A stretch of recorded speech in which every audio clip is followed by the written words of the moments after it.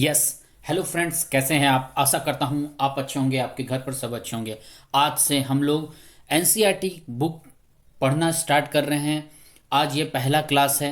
ये पहला class class 10 से मैं स्टार्ट कर रहा हूँ। क्लास 10 सिविक्स से स्टार्ट कर रहा हूँ। रीज़न मैं बता देता हूँ। कारण है क्योंकि अभी लॉकडाउन चल रहा है। बहुत सारे स्टूडेंट, मेरे छोटे स्टूडेंट जितने भी स्कूल्स वाले जान पहचान, वो कह रहे थे सर भैया पहले 10th क्लास का हम लोग का सॉल्व कर दीजिए, बाकी 9 8 वाले आप बाद में भी कर सकते हैं, क्योंकि 10वां महीना चल रहा है और 10th में हम लोग का 4 महीना बाद बोर्ड एग्जाम स्टार्ट होने वाला है। इसलिए आप अपने पेपर को कम से कम डील कर दीजिए। इसलिए मैं पहले क्लास 10 का स्टार्ट कर रहा हूँ। ये सभी कम्पिटिटिव एग्जाम के लिए, खास करके पब्लिक सर्विस कमीशन, टीचर्स वाले जितने भी एग्जाम होते हैं सब उनके लिए बहुत महत्वपूर्ण है ये सेक्शन एनसीईआरटी पढ़ना। मैंने सोचा था क्लास 6 से स्टार्ट करूंगा, लेकिन क्लास 10 से मैं स्टार्ट कर रहा हूँ, 10th बोर्ड के कारण।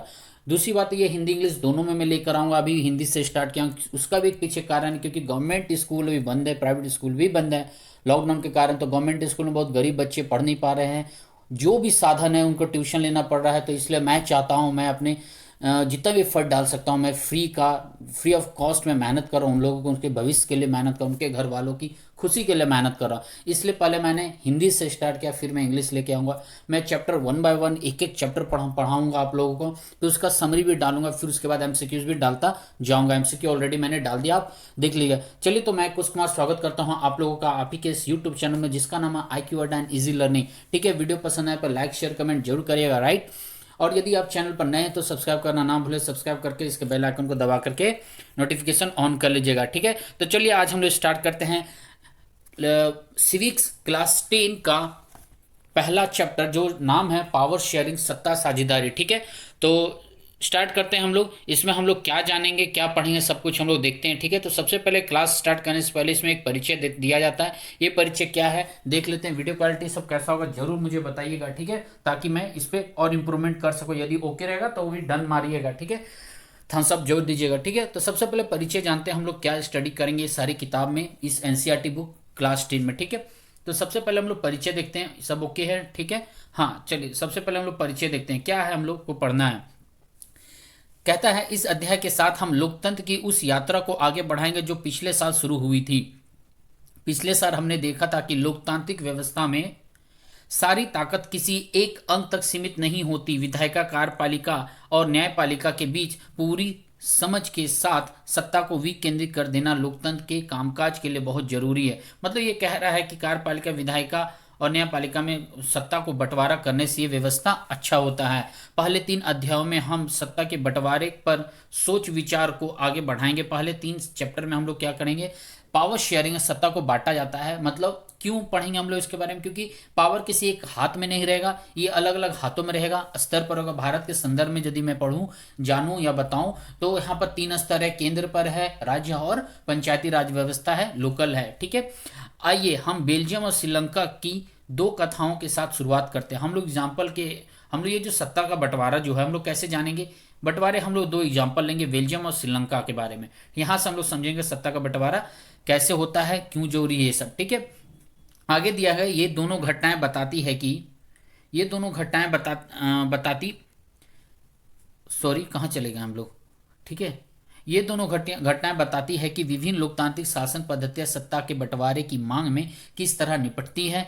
इन घटनाओं से यह समझने में कुछ मदद मिलेगी कि आखिर लोकतंत्र में सत्ता के बंटवारे की शुरुआत क्यों होती है। मतलब ये 2 एग्जाम्पल से हम लोग समझें कि सत्ता का बंटवारा क्यों जरूरी है लोकतांत्रिक देश में, ठीक है।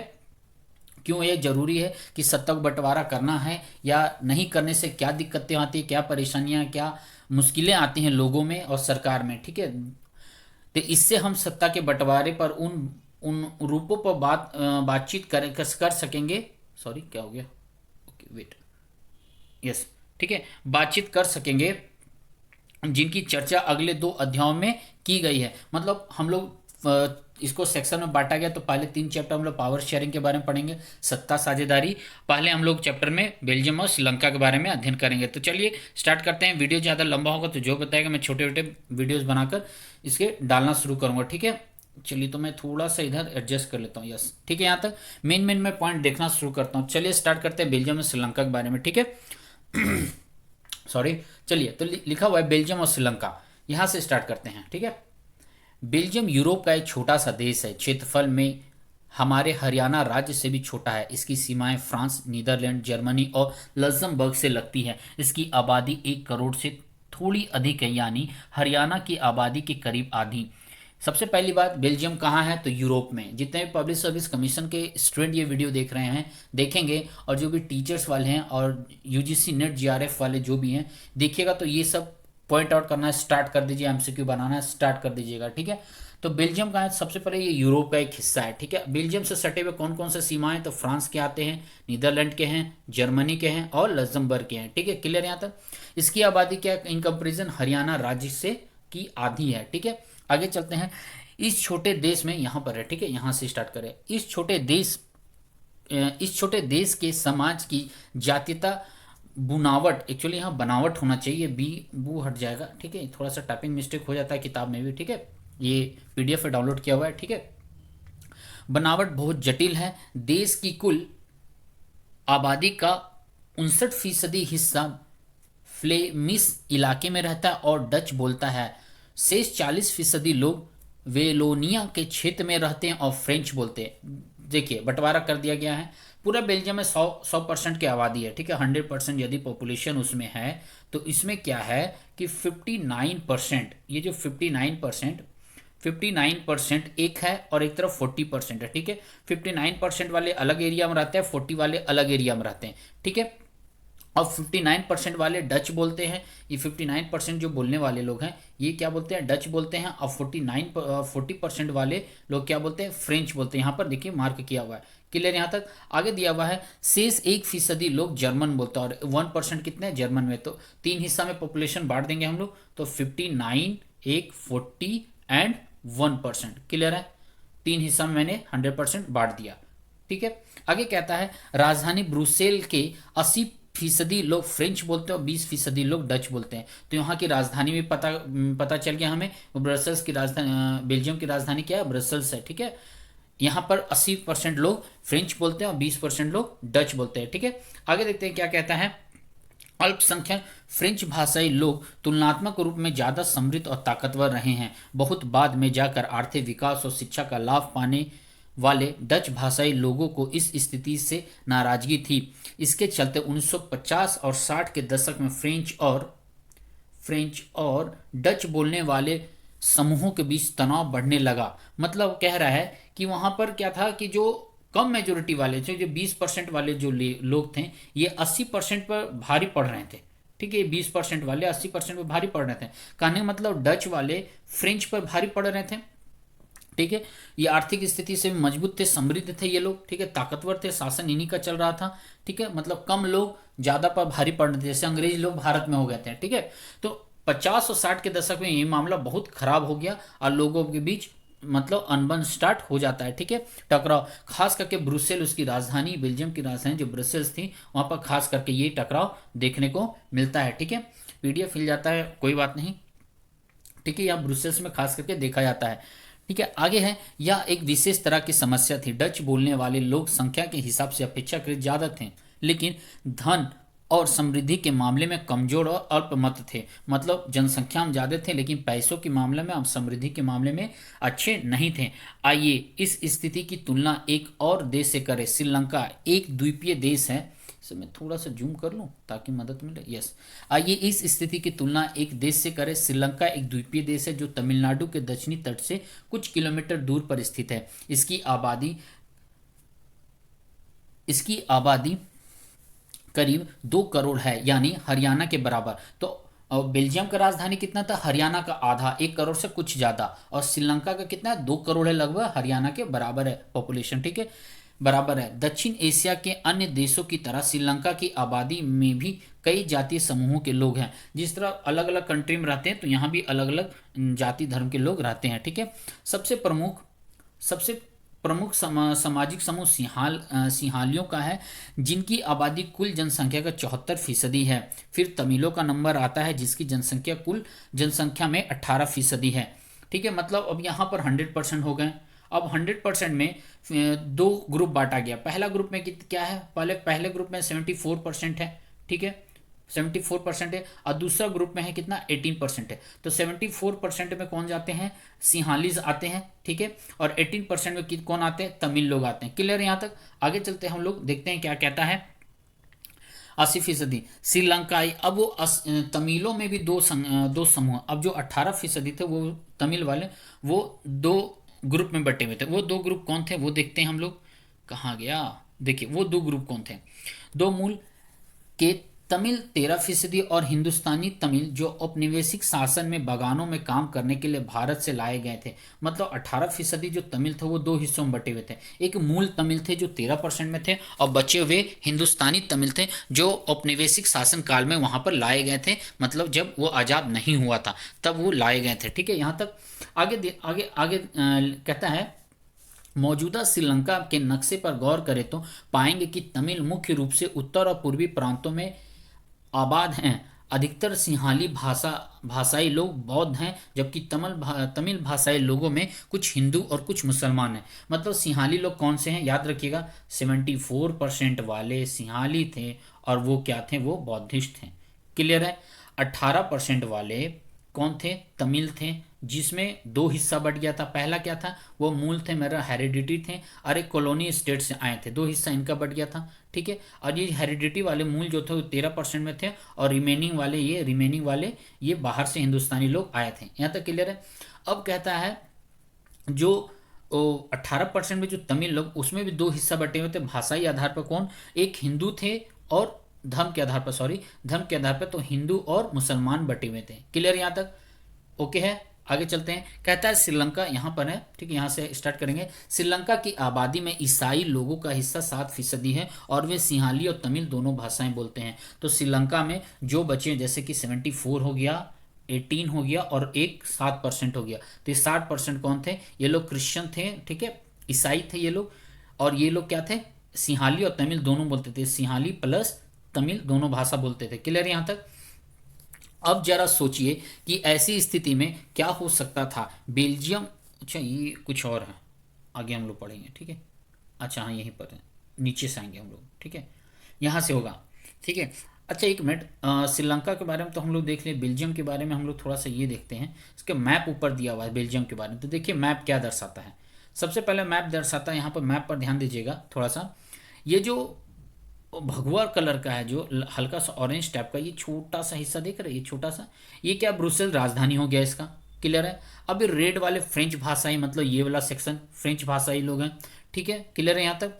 येलो वाला कौन से, डच भाषाई वाले हो गए ये, और ये कौन थे, ये फ्रेंच भाषाई वाले हो गए। और ये कॉर्नर में छोटा सा देख रहे हैं, ये छोटा सा हिस्सा, ये जर्मन भाषा बोलने वाले हैं, 1% जो बचे हुए थे वहां पर। क्लियर है यहाँ तक, मैप भी समझ गए। अब वास्तविकता में आते हैं। साइड में जो जो पॉइंट दिया हुआ है उसे मैं समरी में क्लियर कर दूंगा, ठीक है, नहीं तो बहुत लंबा वीडियो बन जाता है ये समय, ठीक है। श्रीलंका में बहुसंख्यकवाद। अब श्रीलंका में मैटर क्या था, जाति धर्म का, क्यों सत्ता साझेदारी वहां पर हुआ, बंटवारा करना पड़ा शासन व्यवस्था को, क्या मैटर हो गया था, सिंहाली तमिल में क्या ऐसा इशू था, चलिए देखते हैं। कहता है सन 1948 में श्रीलंका स्वतंत्र राष्ट्र बना। सिंहाली समुदाय के नेताओं ने अपनी बहुसंख्यक के बल पर शासन पर प्रभुत्व जमाना चाहा। इस वजह से लोकतांत्रिक रूप से निर्वाचित सरकार ने सिंहाली समुदाय की प्रभुत्व कायम करने के लिए अपनी बहुसंख्यक परस्ती के तहत कई कदम उठाए। देखिए कहने का मतलब क्या हुआ, 74% तो सिंहाली लोग थे, तो वो क्या किए, जब 48 में जब स्वतंत्र हुआ तो ये मेजोरिटी वाले क्या किए, सरकार जो बनी इसके पक्ष में सरकार बन गई, और वो क्या किए, अपने लोगों को, अपने समुदाय वालों को का समर्थन ज्यादा करना शुरू कर देता है, ठीक है, मतलब सरकार वहां से कर देती है, ठीक है। अब बात होता है कि यहाँ पर लिखा हुआ है, यहाँ से स्टार्ट हम लोग करेंगे, यहाँ पर, ठीक है। 1956 में एक कानून बनाया गया जिसके तहत तमिल को दरकिनार करके सिंहाली को एकमात्र राजभाषा घोषित कर दिया गया। विश्वविद्यालय और सरकारी नौकरियों में सिंहालियों को प्राथमिकता देने की नीति भी चली। नए संविधान में यह प्रावधान भी किया गया कि सरकार बौद्ध मत को संरक्षण और बढ़ावा देगी। देखिए श्रीलंका में तो दो ग्रुप बट चुके थे, ठीक है, सिंहाली और तमिल में। सरकार जब बनी तो सिंहाली का समर्थन किया। सिंहाली लोग कौन थे, बौद्धिस्ट थे, तो वहां की सरकार इसका समर्थन करना शुरू कर दी, और ये तमिल वालों को इग्नोर करना शुरू कर देता है, इसका समर्थन करना शुरू कर देता है, ठीक है। इससे क्या होता है कि ये सिंहाली लोग बौद्धिस्ट धर्म के थे, बौद्ध धर्म का, तो वहाँ की सरकार बोली क्या कि हम बौद्ध धर्म का संरक्षण देंगे, उसको बढ़ावा देंगे, और तमिल के बारे में कुछ नहीं सोचा गया, ना विचार किया गया उस समय तक। ठीक है, आगे कहता है एक एक करके, यहाँ पर से हम लोग देखेंगे। ठीक है, यहाँ लिखा हुआ है एक एक करके आए इन सरकारी फैसलों ने श्रीलंकाई तमिलों की नाराजगी और शासन को लेकर उसमें बेगानापन बढ़ाया, मतलब फर्क आ गया, गैप आने लगा उस जगह पर। ठीक है, उन्हें लगा कि बौद्ध धर्मावलंबियों सिंहालियों के नेतृत्व वाली सारी राजनीतिक पार्टियां उनकी भाषा और संस्कृति को लेकर असंवेदनशील है। ठीक है, यहाँ पर हम लोग हैं। ठीक है, असंवेदनशील है। उन्हें लगा कि संविधान और सरकार की नीतियां उन्हें समान, क्या समान,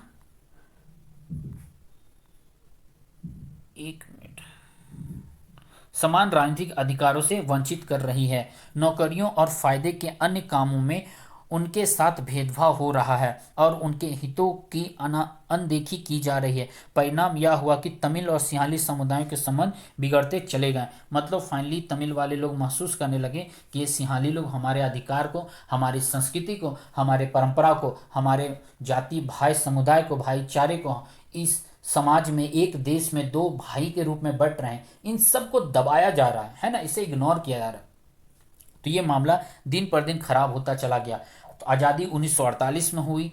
ठीक है, 1948 में आज़ादी हुई। 1956 में एक कानून बना दिया गया जिसके तहत राज्य भाषा सिंहाली को बना दिया गया था। ठीक है, अब यहाँ पर एक श्रीलंका है। देखिए यहाँ एक सेक्शन यहाँ पर छूट रहा है। ये सेक्शन क्या है? ये सेक्शन क्या है कि वही बताया जा रहा है। अब हम लोग जर्मन, फ्रेंच, बेल्जियम के बारे में बताया गया कि वहाँ पर कैसे डील किया गया है। तो ये आगे सेक्शन हम लोग जब पढ़ेंगे इसमें मैं रिकवर कर दूंगा। ठीक है, अब यहाँ पर श्रीलंका का एक छोटा सा मैप है, थोड़ा सा मैं जूम कर दूं यहाँ पर ताकि पता चल जाए। ठीक है, देखिए क्या कह रहा है यहाँ पर।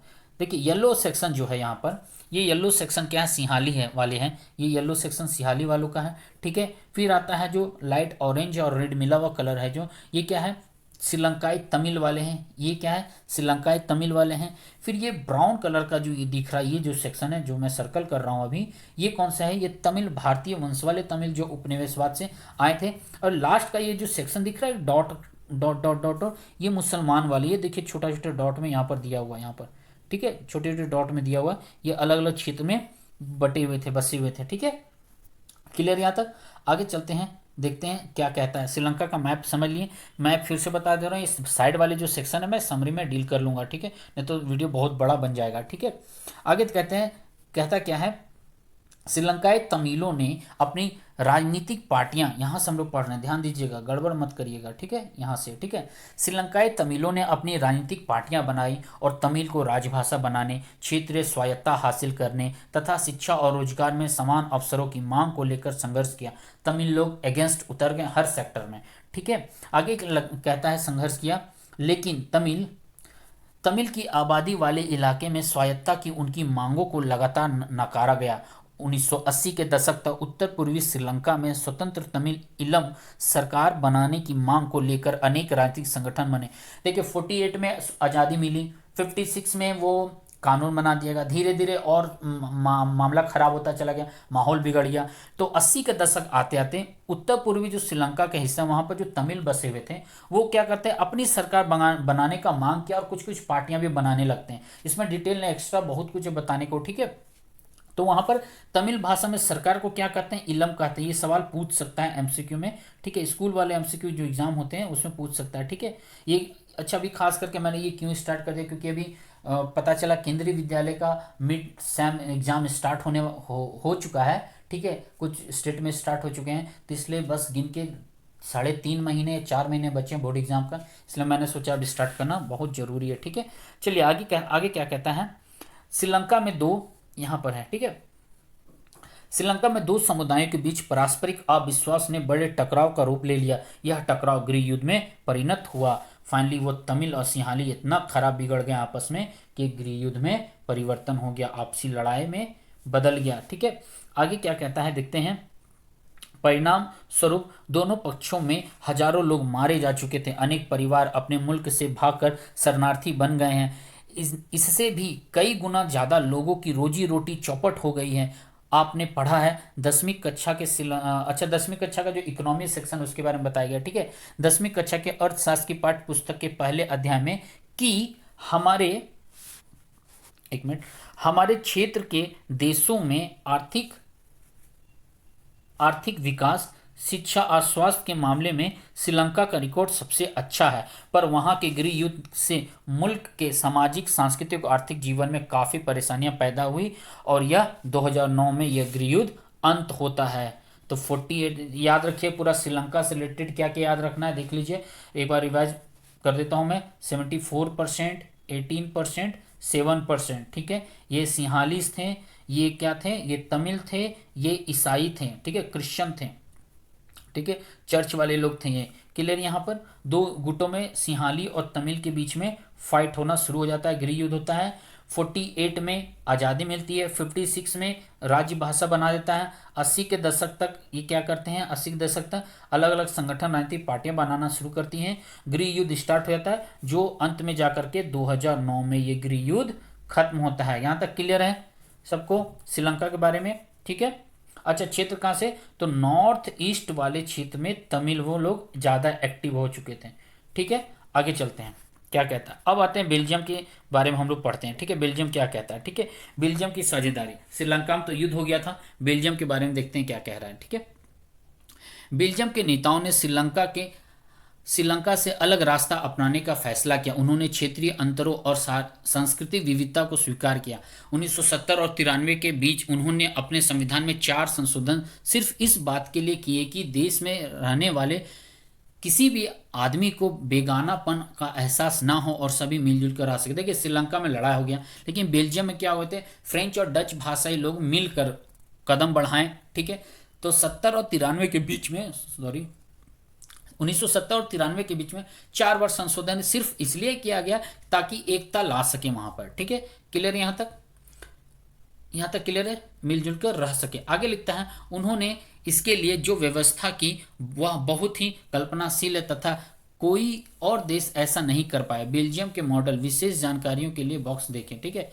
मॉडल की कुछ मुख्य बातें निम्नलिखित है। क्या क्या मुख्य बातें थी देखते हैं। सबसे बड़ी मुख्य बातें क्या थी, यहां पर क्या थे, संविधान में ये वाला सेक्शन में, ठीक है, संविधान में इस बात का स्पष्ट प्रावधान है कि केंद्र सरकार में डच और फ्रेंच भाषाई मंत्रियों की संख्या समान रहेगी, मतलब रिप्रेजेंटेटिव इक्वल रहेगा, 50-50 रिप्रेजेंटेटिव रहेंगे वहां पर, कोई वहां पर भेदभाव नहीं रहेगा, जनसंख्या मैटर नहीं कर रहा है वहां पर, ठीक है। सामान्य कुछ विशेष कानून तभी बन सकेंगे जब दोनों भाषाई समूह के सांसदों का बहुमत उसके पक्ष में हो। इस प्रकार के एक समुदाय के लोग एक तरफा फैसला नहीं कर सकते, मतलब 50-50 ये बराबर रिप्रेजेंटेटिव, जनसंख्या मैटर नहीं करता, भाषा मैटर नहीं करता है, ठीक है। दूसरा पॉइंट कहता है यहाँ पर, दूसरा कहता है कि केंद्र सरकार की अनेक शक्तियां देश के 2 इलाकों की क्षेत्रीय सरकारों के सुपुर्द मतलब उसको सौंपना, ठीक है, सुपुर्द कर दी गई, यानी राज्य सरकार केंद्र सरकारों के अधीन नहीं है। अब पहले तो सेंट्रल लेवल पर आया, वहां पर 50-50 कर दिया गया, ठीक है, 50-50। अब स्टेट लेवल पर क्या क्या एक अलग पावर दे दिया गया कि आपको सेंटर से कोई मतलब नहीं है, आप अपना इधर अलग देखिए, ये अपना अलग देखेंगे, ठीक है। क्लियर है, यहाँ पर इतने अच्छे व्यवस्था कर दी गई थी, ठीक है। तीसरा कहता है ब्रुसेल्स में, याद रखिए बेल्जियम की राजधानी ब्रुसेल्स है, ठीक है। ब्रुसेल्स में अलग सरकार है, इसमें दोनों समुदायों का समान प्रतिनिधित्व है। देखिए अब ब्रुसेल्स राजधानी में एक अलग सरकारें बना दी गई, वहां भी इक्वल रिप्रेजेंटेटिव थे, ठीक है।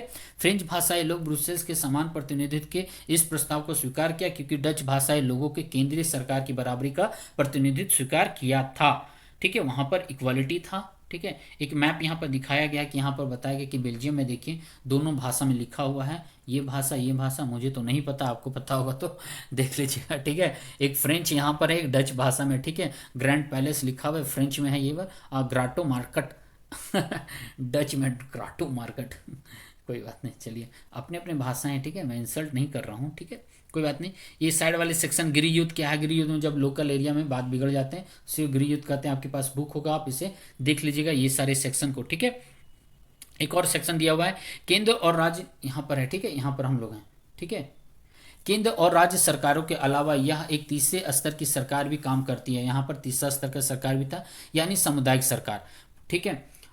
ओवरऑल कह रहा है इस सरकार का चुनाव एक ही भाषा बोलने वाले लोग करते थे, ये भी इंपॉर्टेंट सेक्शन है यहाँ पर दे दिया कि जो लोकल गवर्नमेंट थी वहाँ एक ही भाषाई लोग वाले इसको चुन सकते थे। लोकल गवर्नमेंट में ये छूट था कि एक भाषा वाले वहाँ पर चुन सकते थे अपनी सरकार को, ठीक है। यहाँ से है ठीक है। डच, फ्रेंच और जर्मन बोलने वाले समुदायों के लोग चाहे वे जहां भी रहते हो इस सामुदायिक सरकार को चुनते हैं। इस सरकार को सांस्कृतिक, शिक्षा और भाषा जैसे मामलों पर फैसले लेने का अधिकार था। ठीक है, इनको सब कुछ अधिकार दिया गया था। ठीक है, आपको बेल्जियम का मॉडल कुछ जटिल लग सकता है, निश्चित रूप से यह जटिल है खुद बेल्जियम में रहने वाले लोगों के लिए भी, पर यह व्यवस्था बेहद सफल रही। इससे मुल्क में गृह युद्ध की आशंकाओं पर विराम लग गया, वरना गृह युद्ध की स्थिति में बेल्जियम भाषा के आधार पर दो टुकड़ों में बट गया होता। जब अनेक यूरोपीय देशों ने साथ मिलकर यूरोपीय संघ बनाने का फैसला लिया तो ब्रुसेल को उसका मुख्यालय चुना गया। देखिए, यूएन बना था, सॉरी यूरोपियन यूनियन बना था। ठीक है, तो यूरोपियन यूनियन ने अपना हेडक्वार्टर ब्रुसेल से क्यों बनाया? क्योंकि बेल्जियम की सरकार का मॉडल पूरा यूरोप में हिट रहा, फेमस हुआ, क्योंकि वहाँ पर कोई तरह का भेदभाव नहीं रहा, इक्वालिटी रहा, सब मिलजुल कर रहे, इसलिए वहाँ का मॉडल को बेस्ट माना गया यूरोपियन कंट्री में। इसलिए जब यूरोपियन यूनियन का हेडक्वार्टर चुना गया तो उसकी राजधानी ब्रुसेल्स में बनाया गया। ठीक है, यहाँ पर मैप में दिया हुआ ये बिल्डिंग आप देख लीजिए। ठीक है, यही है हेडक्वार्टर ब्रुसेल्स में। ठीक है, आधा तो सेक्शन खत्म हो गया है। ठीक है, ये सब सारे हिसाब किताब है, आप अपना किताब में देख लीजिएगा। ठीक है, यहाँ पर कुछ लिखा हुआ है, बेल्जियम और श्रीलंका की इन कथाओं से हमें क्या शिक्षा मिलती है। शिक्षा क्या मिलती है आप देख लीजिएगा, आपको समझ में आ गया। शिक्षा यही मिल रही है कि एक जगह आप देखिएगा लड़ाई हो गया, गृह युद्ध हो गया, लोग मारे गए, आपसी भेदभाव हुआ, एकता नहीं रही, भाईचारा नहीं रहा, सांस्कृतिक, सामाजिक परंपराएं सबका मतलब उल्लंघन किया गया। ठीक है, लोग एक दूसरे पर हाथ उठाने शुरू हुए, मारे गए मीन्स हाथ उठाए हैं ना। लेकिन बेल्जियम में वैसा कुछ नहीं हुआ था। बेल्जियम का जो मॉडल था, गवर्नमेंट मॉडल था, वो हिट रहा, सक्सेस रहा। किसी भाषा और या फिर किसी जनसंख्या नस्ल को ध्यान नहीं दे करके सीधा रिप्रेजेंटेटिव 50-50 कर दिया गया, जिससे किसी तरह का रिप्रेजेंटेशन में, चुनाव में भेदभाव ना हो सके। जब भी इलेक्शन होगा तो बहुमत के हिसाब से ही होगा, किसी भी तरह का कानूनी व्यवस्था या कोई भी कानून बनाया जाएगा तब, है ना। इसलिए इस पर कायम रहा। ठीक है, चलिए तो आज इतना ही है, मैं अगले पार्ट में बना दूंगा। आधा तो खत्म हो गया है, आधे में अगले अगले क्लास में लेकर आ जाऊंगा, क्योंकि ऑलरेडी 32 मिनट हो चुके होंगे अप्रॉक्स, मुझे जैसा लग रहा है। ठीक है, चलिए तो ठीक है, आज इतना ही रखते हैं। अगले पार्ट में मैं आगे क्लियर कर दूंगा ये जो बचा हुआ सेक्शन है। ठीक है, क्या है खलील का, हाँ एक खलील का एक छोटा सा स्टोरी है, एक पेज का, बस एक और पेज बचता है, उसके बाद सीधा प्रश्न उत्तर में हम लोग आ जाएंगे। ठीक है, तो आज इतना ही रखते हैं हम लोग। ठीक है, अगले सेक्शन में मैं इसे पूरा कंप्लीट कर दूंगा। ठीक है, चलिए फिर घर पर रहिए, सुरक्षित रहिएगा, बड़ों से आशीर्वाद लेते रहिएगा, छोटों को प्यार देते रहिएगा। ठीक है, फिर मिलते हैं हम लोग, कोरोना का टाइम है, घर पर ही रहिएगा।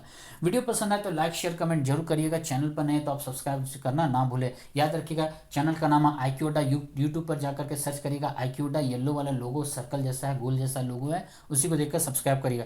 ठीक है, मैं आपके लिए मेहनत कर रहा हूँ, आपके भविष्य के लिए मेहनत कर रहा हूँ। ठीक है, चलिए फिर मिलता हूँ मैं, धन्यवाद, जय हिंद।